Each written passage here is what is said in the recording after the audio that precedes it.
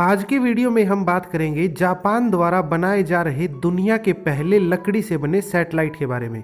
साथ ही हम जानेंगे कि स्पेस जंक क्या होता है और जो सैटेलाइट एक्सपायर हो जाते हैं या जो सैटेलाइट खराब हो जाते हैं उनका क्या किया जाता है।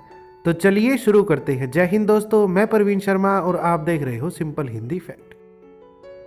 अभी हाल ही में अंतरिक्ष में प्रदूषण की रोकथाम के लिए जापान ने लकड़ी से बनी सैटेलाइट को लॉन्च करने की घोषणा की है।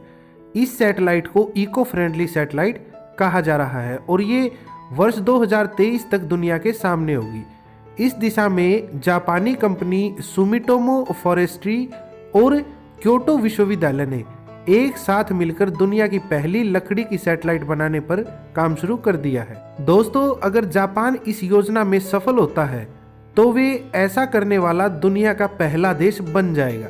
इसके साथ ही साल 2024 में अगले चरण में जापान द्वारा सैटेलाइट के इंजीनियरिंग मॉडल का विकास किया जाएगा। इसके बाद उड़ने वाले मॉडल पर भी काम शुरू किया जाएगा। दोस्तों, अंतरिक्ष में स्पेस जंक बहुत तेजी से बढ़ रहा है और जापान पर्यावरण को लेकर हमेशा संवेदनशील रहा है। इस वजह से जापानी कंपनी और क्योटो विश्वविद्यालय ने रिसर्च शुरू कर दी है। उम्मीद है अगर जापान सफल होता है तो इससे अंतरिक्ष में काफी हद तक प्रदूषण कम होगा।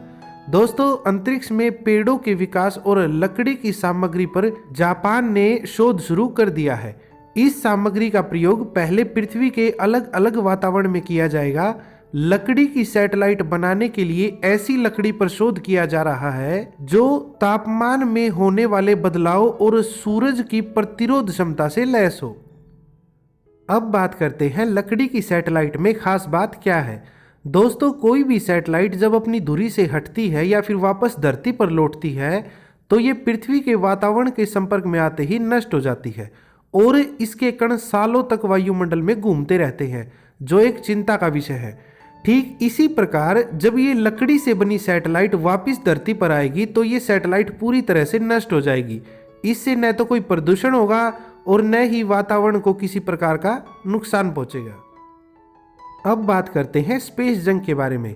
दोस्तों, अंतरिक्ष में स्पेस जंक की मात्रा बड़ी तेजी से बढ़ रही है। इसके पीछे अंतरिक्ष यान और बढ़ती सैटेलाइट लॉन्च संख्या प्रमुख कारण है। संचार, टेलीविजन, नेविगेशन और मौसम पूर्वानुमान के लिए सैटेलाइट का उपयोग किया जा रहा है। दोस्तों, अमेरिकी स्पेस एजेंसी नासा के मुताबिक 5 लाख से ज़्यादा स्पेस जंक धरती का चक्कर काट रहे हैं। वहीं वर्ल्ड इकोनॉमिक फोरम के अनुसार लगभग 6000 सैटेलाइट पृथ्वी का चक्कर लगा रहे हैं, जिनमें से लगभग 60% स्पेस जंक है। ये स्पेस जंक 35,900 किलोमीटर प्रति घंटा की गति से घूम रहे हैं। वैज्ञानिकों का मानना है कि स्पेस जंक ठीक तरह से काम कर रही सैटेलाइटों को और उसके साथ साथ इंटरनेशनल स्पेस स्टेशन को भी काफी नुकसान पहुंचा सकते हैं। तो अब बात करते हैं खराब हो चुकी सैटेलाइटों का क्या होता है। देखिए, जब कोई सैटेलाइट अंतरिक्ष में भेजी जाती है तो ये तय होता है कि वो एक समय के बाद एक्सपायर हो जाएगी और उसकी जगह कोई दूसरी सैटेलाइट ले लेगी। जब कोई सैटेलाइट एक्सपायर होती है तो वैज्ञानिकों के सामने 2 विकल्प होते हैं। पहला तो ये कि वो सैटेलाइट को अंतरिक्ष में और आगे भेज दे और दूसरा ये कि वो सैटेलाइट को अंतरिक्ष से धरती पर वापस ले आए। दोनों विकल्पों में से कौन सा विकल्प चुना जाए ये इस बात पर निर्भर करता है कि सैटेलाइट धरती से कितनी दूर है। आइए जानते हैं दोनों के बारे में। पहला विकल्प है सैटेलाइट को अंतरिक्ष में आगे भेज देना। दोस्तों, अगर एक्सपायर हो चुकी सैटेलाइट काफी हाई ऑर्बिट पे है तो उसे धरती पर लौटाने में काफी ईंधन खर्च होगा। ऐसे में वैज्ञानिकों द्वारा इन सैटेलाइटों को अंतरिक्ष में ही और आगे भेज दिया जाता है, जिससे वो धरती की धुरी तक कभी न आ सके। दूसरा विकल्प है सैटेलाइट को अंतरिक्ष से वापस धरती पे लेके आना। दोस्तों, ज्यादातर सैटेलाइटों को धरती पर वापस लौटाया जाता है और एक जगह पर जमा किया जाता है। इस जगह को नीमो पॉइंट कहा जाता है। आज से लगभग 27 वर्ष पूर्व नीमो पॉइंट की खोज कैनेडियन मूल के सर्वे इंजीनियर हरिवोजे लुकाटेला ने एक खास फ्रीक्वेंसी के जरिए की थी। तब से अब तक इस जगह पर एक्सपायर्ड सैटेलाइटों को जमा किया जाता है। इस जगह को सैटेलाइटों का कब्रिस्तान भी कहा जाता है। तो दोस्तों ये थी सैटेलाइट से जुड़ी हुई कुछ बातें। उम्मीद है वीडियो आपको पसंद आई होगी।